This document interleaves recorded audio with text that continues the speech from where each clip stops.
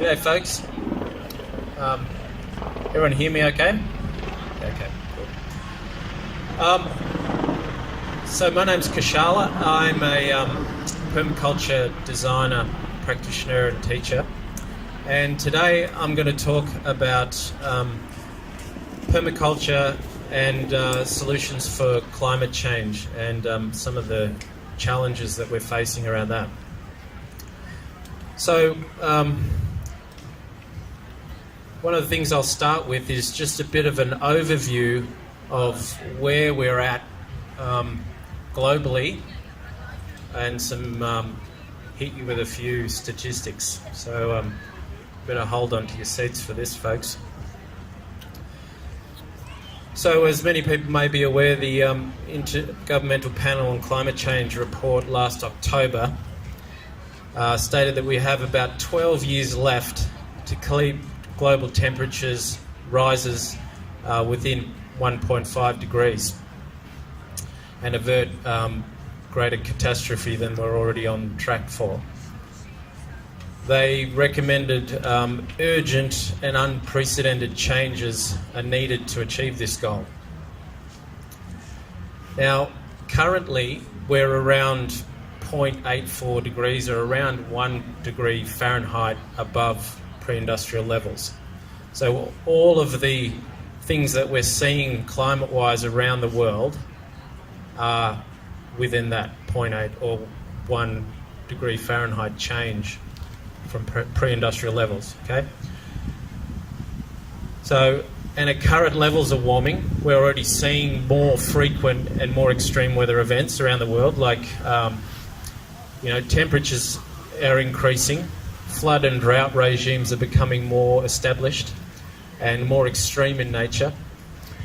Records are being broken yearly, and at each end of the scale.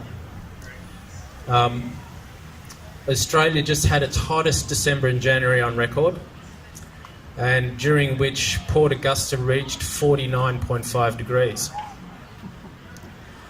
Globally, the last 4 years have been the hottest on record. Okay. Townsville, as we know, is underwater at the moment, having just received what is called 1 in 100 year flood. Then that's around 1,100 millimetres of rain in 9 days, which is unprecedented. And it's not over yet, because more rain's coming. In Tasmania, old-growth forests are on fire, and multiple fires have been burning for over a month. The fires so far covering about 187,000 hectares. And the dry lightning that's started those fires has never before been seen in Tasmania. And, as an aside, once those old-growth trees and kingbilly pine stands, these aren't trees that regenerate by fire, so once they go, they're gone.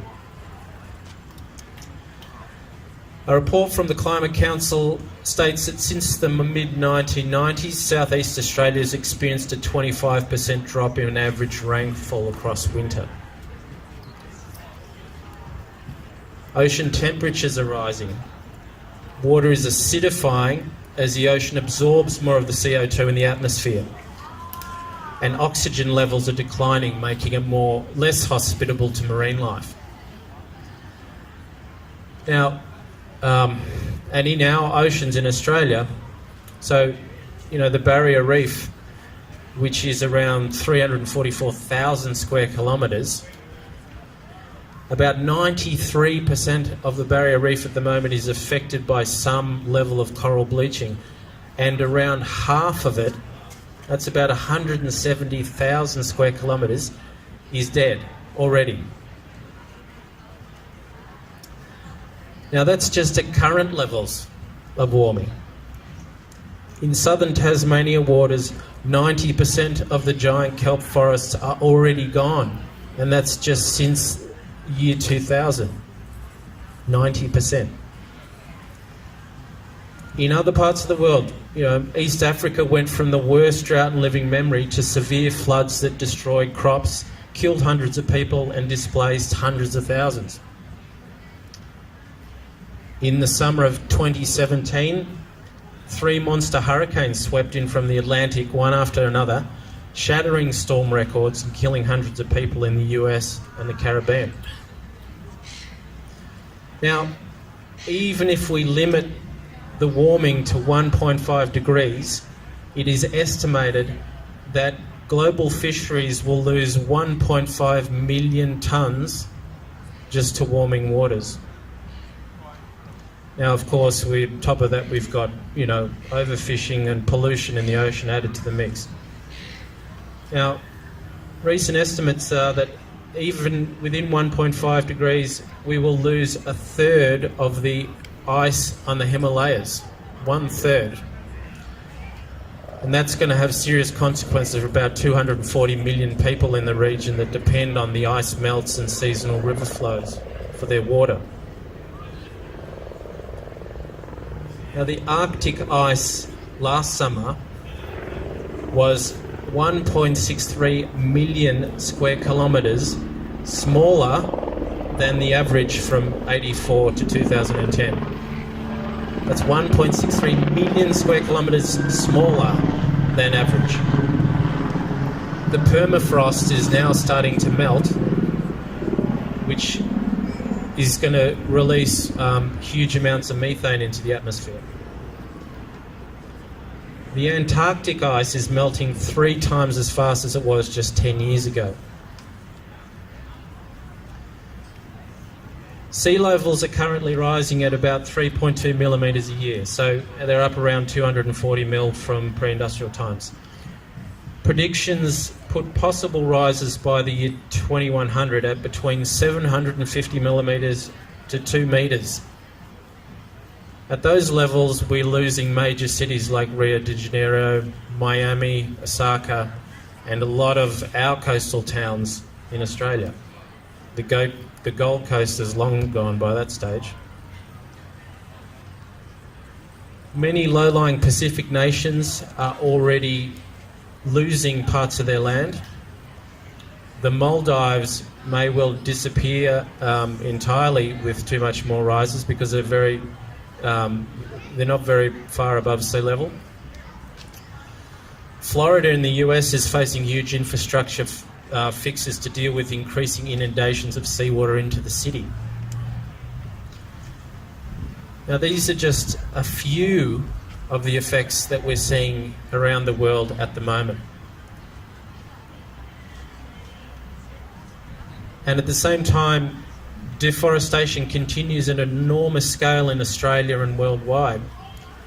This land clearing releases massive amounts of carbon that was locked up in the soil, causes wildlife and biodiversity loss, and massive soil loss through wind and erosion. It also reduces rainfall because it's well known that forests create their own weather through transpiration and moisture. The ultimate result of wholesale deforestation, especially in brittle environments, and by brittle I mean places where they have a long, hot, dry season with no rain.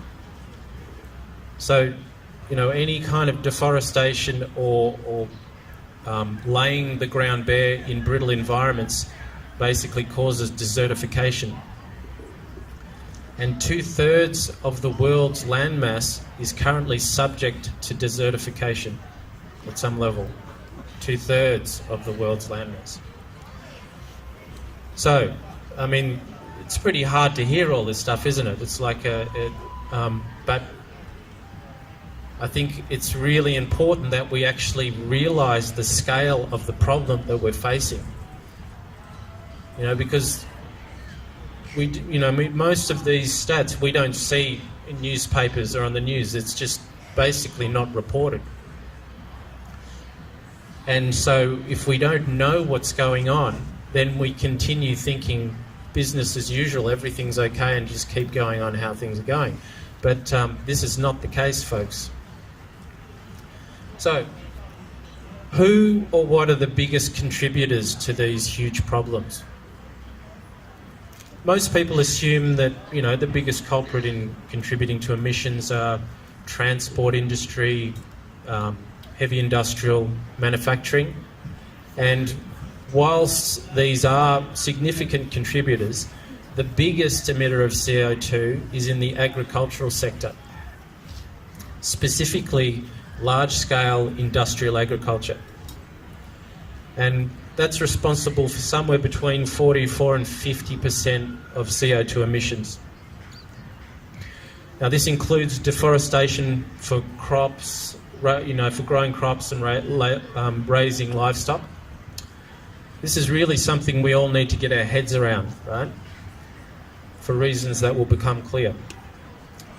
Industrial agriculture is one of the most destructive industries on the planet and one of the most resource hungry.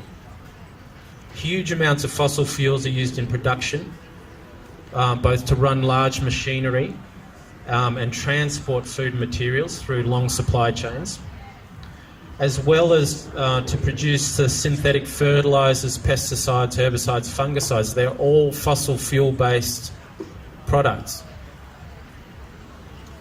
In addition, you've got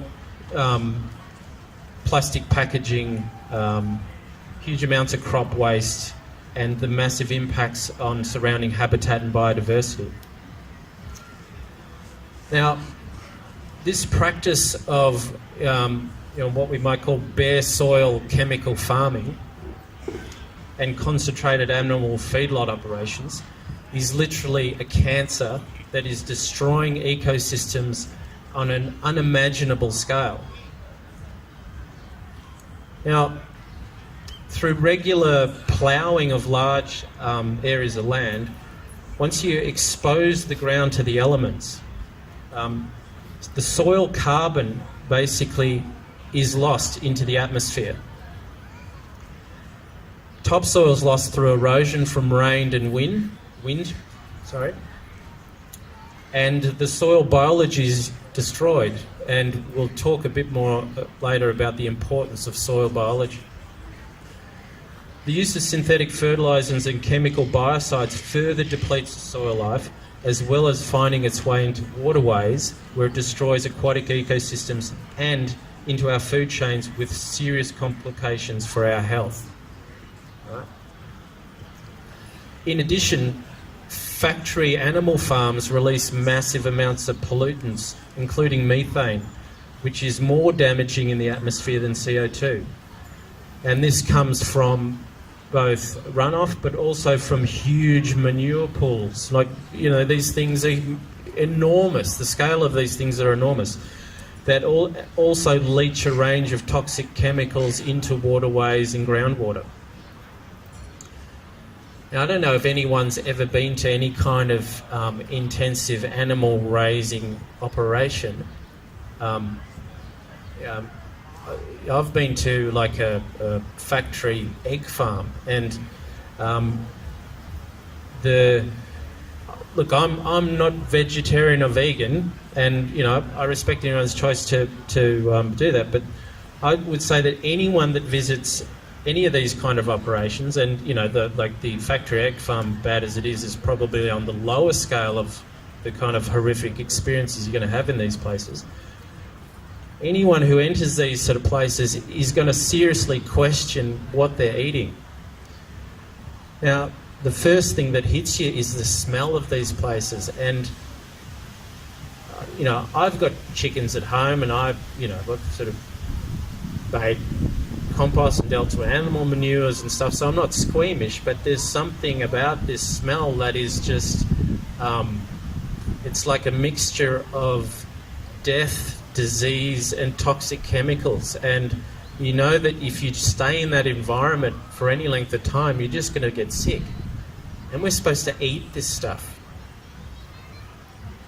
The problem is that when you go to the supermarket and buy this, you have no idea what the trail, what the footprint of this is. And this is part of the problem. We need to become much more aware of where our food's coming from. Now, you may be surprised to learn that 40% of beef in Australia is actually feedlot derived, and about 70% of that in the supermarket. and close to 100% of anything in any protein products in fast food chain food comes from feedlot animals. Now, there's a lot of memes going around that, you know, we need to eat less or no meat in order to save the planet. And whilst this has good intentions, it's a bit misleading. And the reason for that is, you know, we definitely need to shut down these big concentrated factory operations. There's no question. But this is nowhere near enough, because the same system that is producing these factory farms is also producing fruit and vegetables in a way that is destroying land at a wholesale rate and poisoning land, creating salted lands. So, you know, when you, for instance, when you plough the soil, when you disturb the soil in large-scale ploughing, say you're ploughing a field for crops, what happens is, once the soil's bare and exposed to the elements, you know, under sun it heats up, so you get more reflected heat. You lose, like I said before, you lose biology. We'll talk about why that's important. And you lose topsoil through erosion. And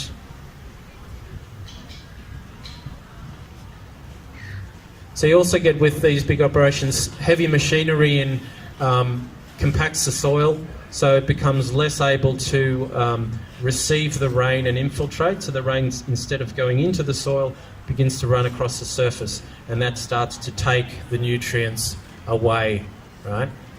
Now, through these agricultural practices, we are losing soil, right, which is actually one of our most precious resources, soil and water. So we're losing topsoil at the rate of 75 billion tonnes a year. Now, that's a kind of incomprehensible number, but what it means is, for every man, woman and child on the planet, we are losing 10 tonnes each a year. That's for every single person on the planet. Now, if you consider that we only need about half a tonne of food each to survive and live well, we are basically wasting or losing 20 times in volume of soil as the amount of food we need to survive. Now, clearly, we're going out of business. This is clearly an unsustainable scenario. Now, at current rates of degradation, it's estimated that in 60 years we'll run out of arable land to grow food using these current industrial methods. In Australia, the driest inhabited continent on Earth, we have destroyed more land per capita than anywhere else in the world. This is through land clearing, this kind of industrial monoculture farming practices, and, you know, this sort of agriculture is essentially declaring war on nature. So we're constantly in a battle against nature, fighting the weeds, you know, fighting the pests. It's a battle, and you know, we are losing badly. And, you know, there's all kinds of flow-on effects to this, with climate, our health, etc. Now, it's estimated around 2.5 million hectares of once productive farmland in Australia is now lost due to salinity, which is heavy salting. So the land becomes too salty to grow crops anymore. And it's estimated that this will increase to 15 million hectares in coming decades. Now, there's always salt in the landscape. So, you know, and without getting too technical about this, it's these kind of practices that mobilise the salt and cause it to come to the surface, where basically you lose the ability to grow crops in it. Right? Now, we all need salt to survive. We all need, our bodies, are basically a saline solution in various ways. So without salt, we'd actually die. And plants need salt to survive as well.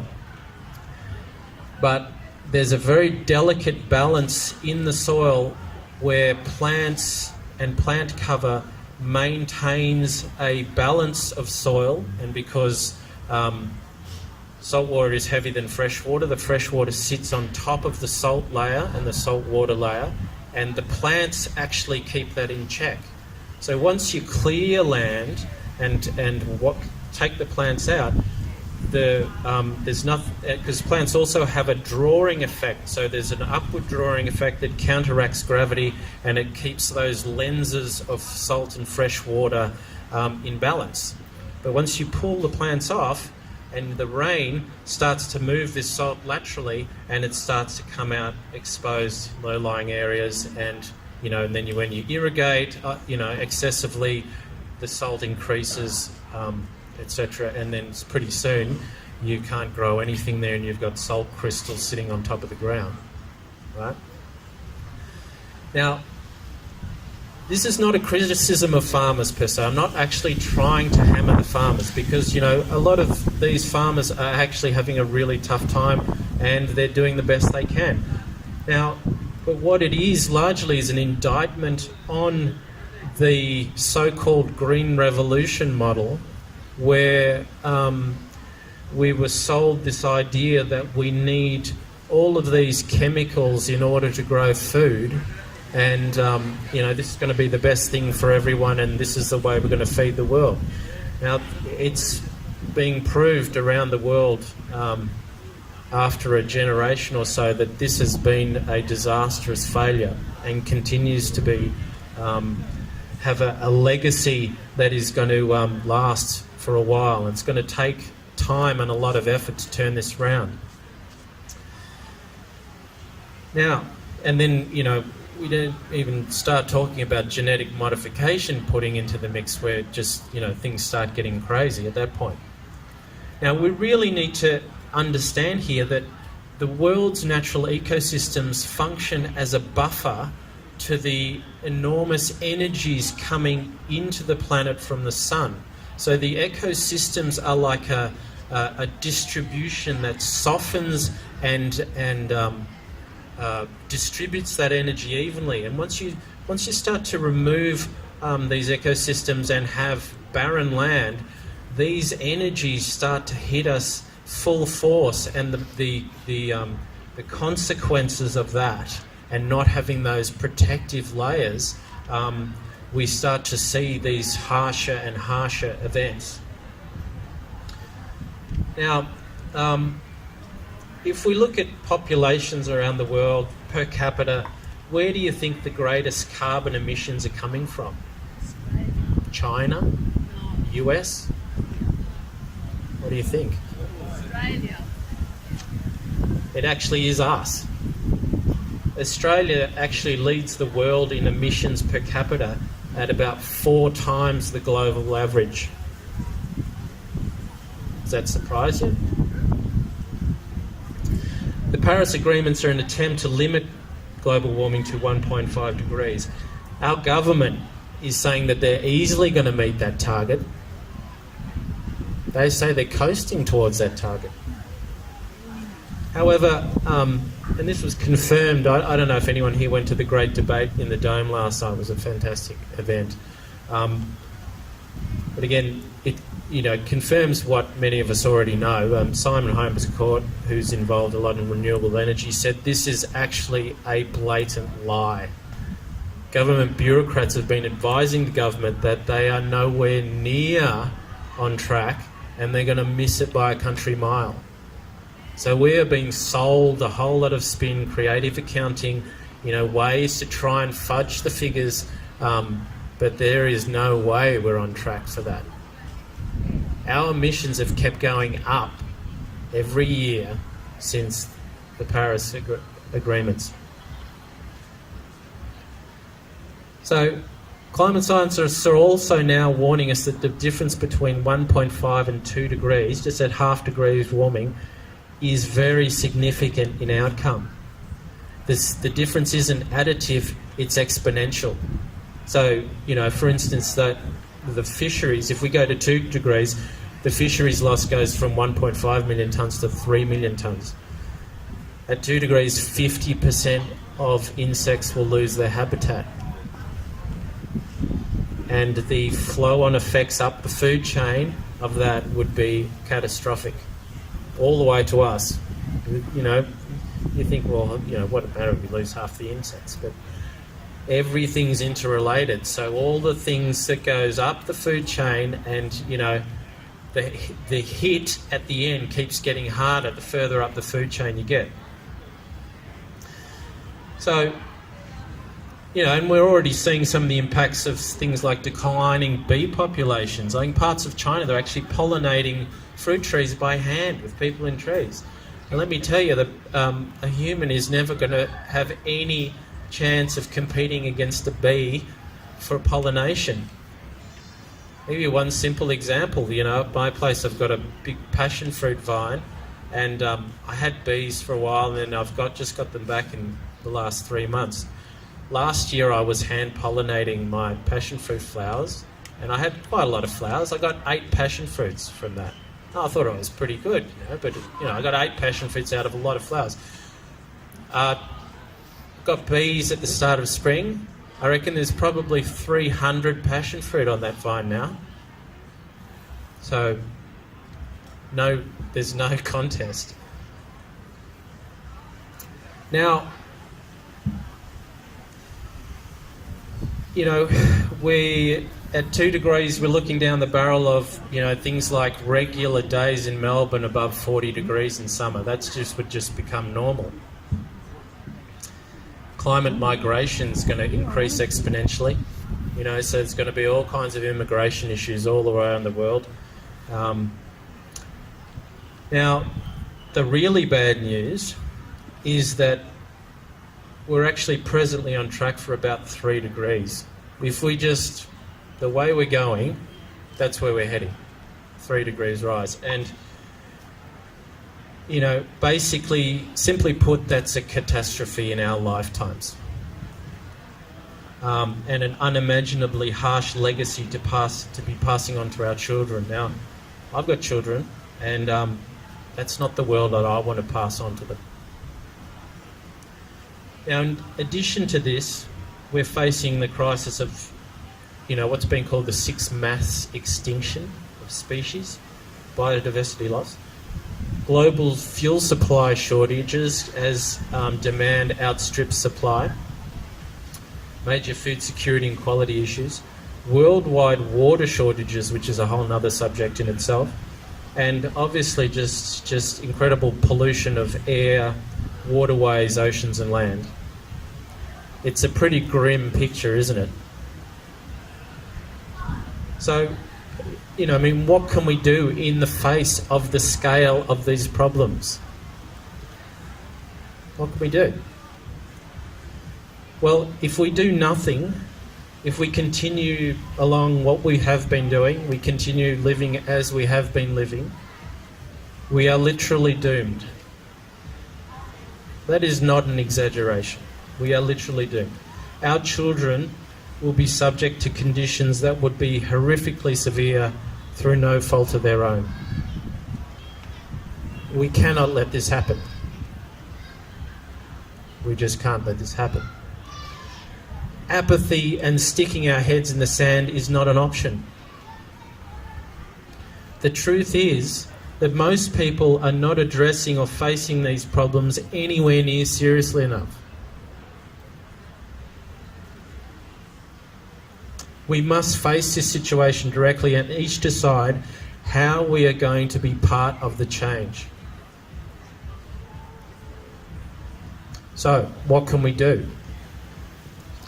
In essence, we need to make a transition into an ecological civilization. What does that mean? So, the official definition is something like, an ecological civilization involves a synthesis of economic, educational, political, agricultural, and other societal reforms towards sustainability.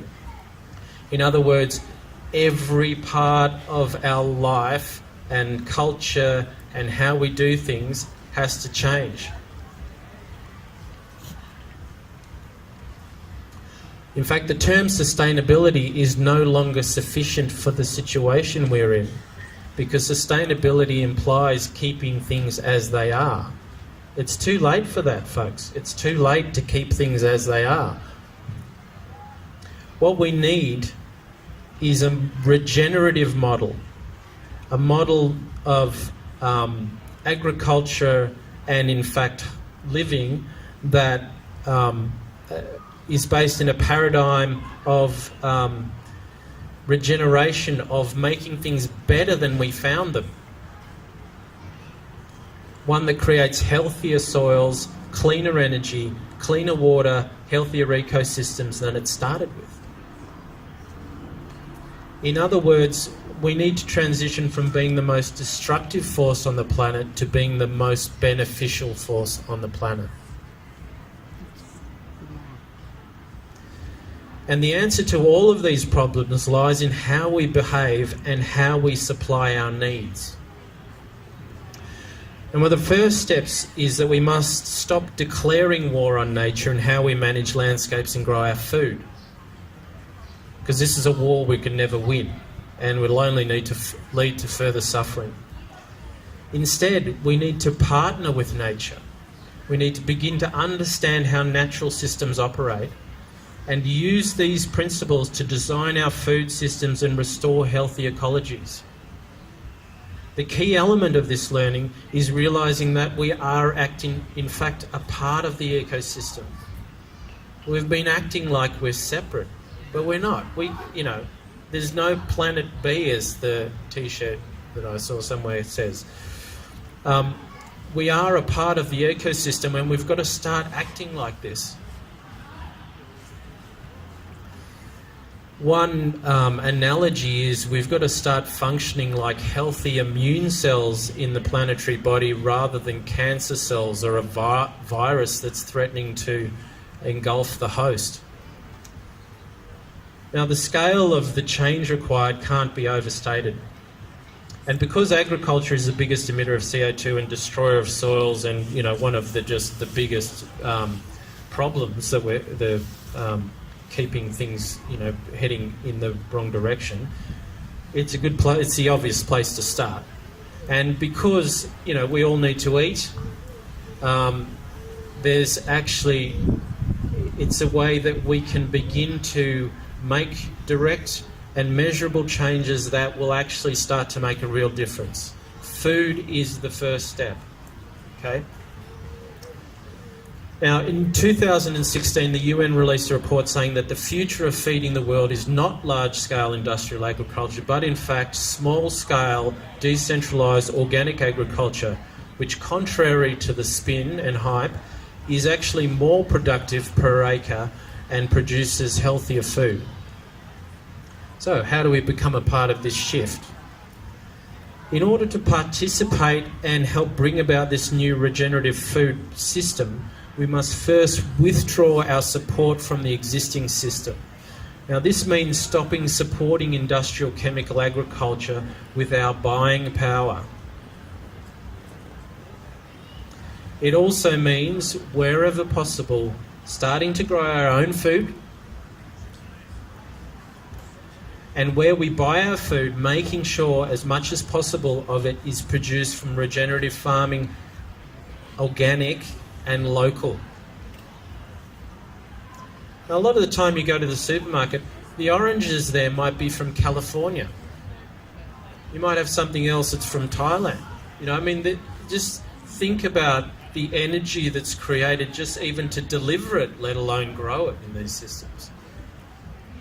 And, the insanity of the global economic system was highlighted in this talk that I saw last night, the Great Debate, where it was said things like we export 20,000 bottles of bottled water to England, and England exports 20, and we import 20,000 bottles of water from England. Where's the sense in that? And this actually exists, and there was several examples, I can't remember, but it's the same thing, like the US exports so over many sort of tens of millions of the tons of beef, and they import the same amount of beef back into the country from some other country. I mean, you know, you got to ask, how does this insane situation come about, right? So we've got to start realising that we have power through our spending. Like, every dollar that we spend is a vote for the sort of world that we're going to live in.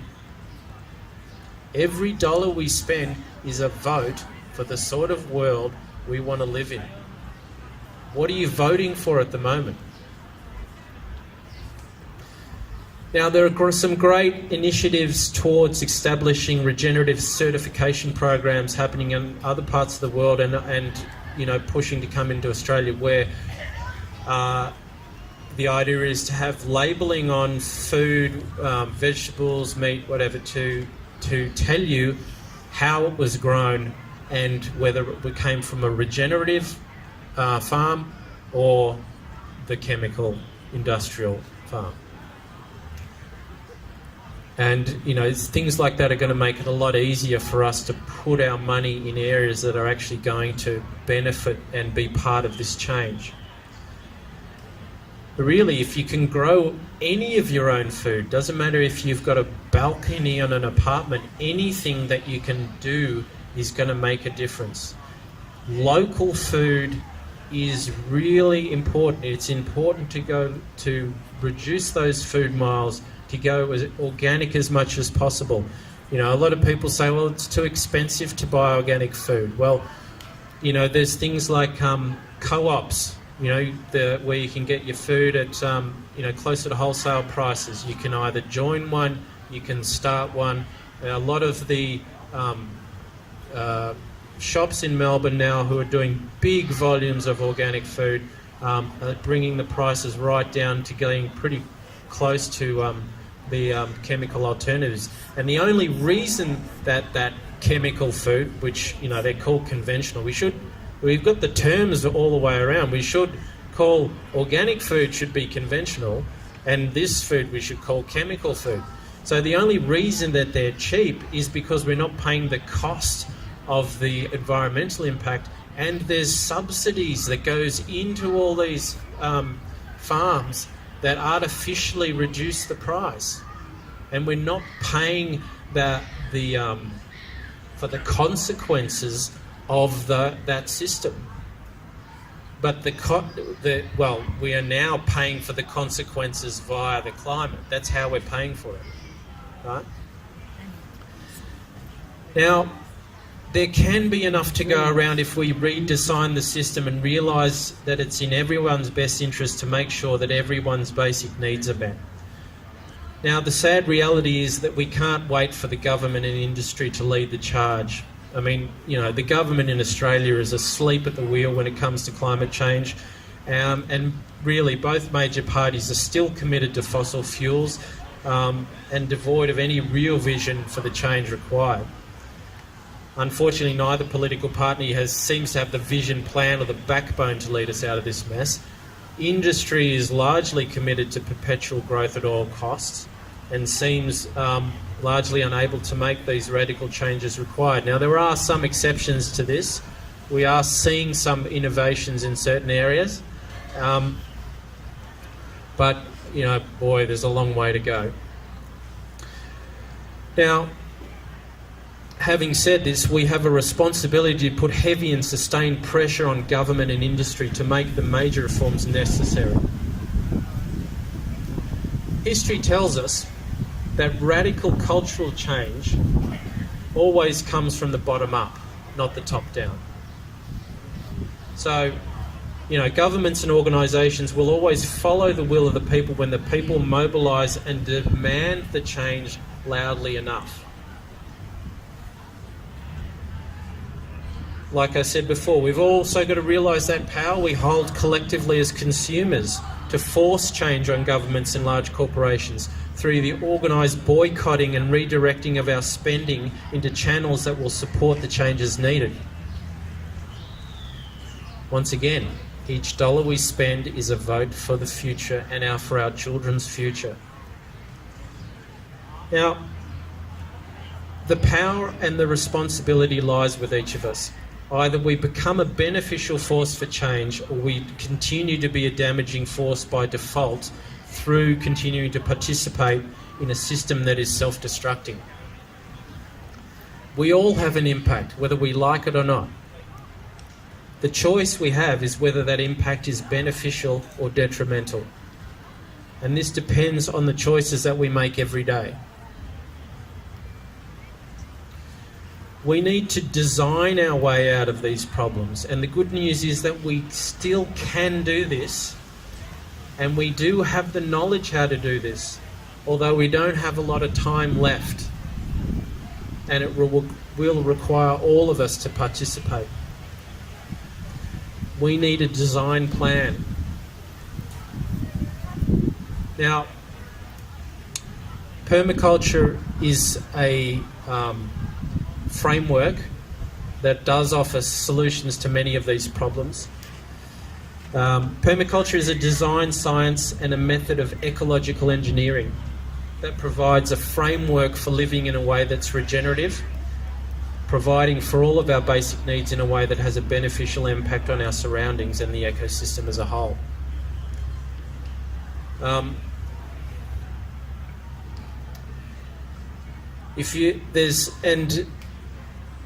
Permaculture was developed in the 70s. Many of you might have just seen one of the co-founders, David Holmgren, talking before. Over the last 40 years, it's spread around the world and is now being practiced in virtually every country, in every climate, including some of the harshest environments on Earth. And there's a great example of a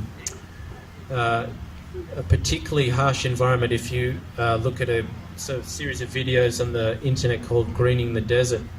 There's some great work done by prominent permaculturalist Jeff Lawton in Jordan that sits in the Dead Sea Valley 400 metres below sea level and, basically is rock and sand. There's not a blade of grass or a single plant anywhere to be seen. It's one of the harshest environments. They get about 110 millimetres of rain a year, and often that comes in one 4-hour event. Now, all the food in Jordan is generally grown in plastic polytunnels with lots of water and lots of chemicals. And what they've been able to do in this site over the last several years is to start to establish a system using these regenerative principles, where now they basically have a desert food forest with date palms, citrus, figs, pomegranates. They have that's interrelated with chickens and rabbits that create fertility and protein, and they're creating biomass, growing fruit and vegetables, all organically, and all the nutrients now coming from the system being cycled through. And this is a model that's now being duplicated in other parts of Jordan. So, we're seeing that this works in all kinds of situations. It is teachable. Now, anyone can learn this stuff. It doesn't matter what your background is, whether you live in the country or the city, if you've never been a gardener, you can learn to be a beneficial influence on the environment. Now, permaculture does cover all aspects of human life, from the built environment, housing design, town planning, energy systems, to the biological, food, soil health, ecosystem design, to the behavioural, community development, alternative social frameworks and economic systems. Now today I just want to focus on one of these, and we've already started, and that's agriculture, because it really is the big one, and it's one way that we can really get moving ourselves from this moment forward, right?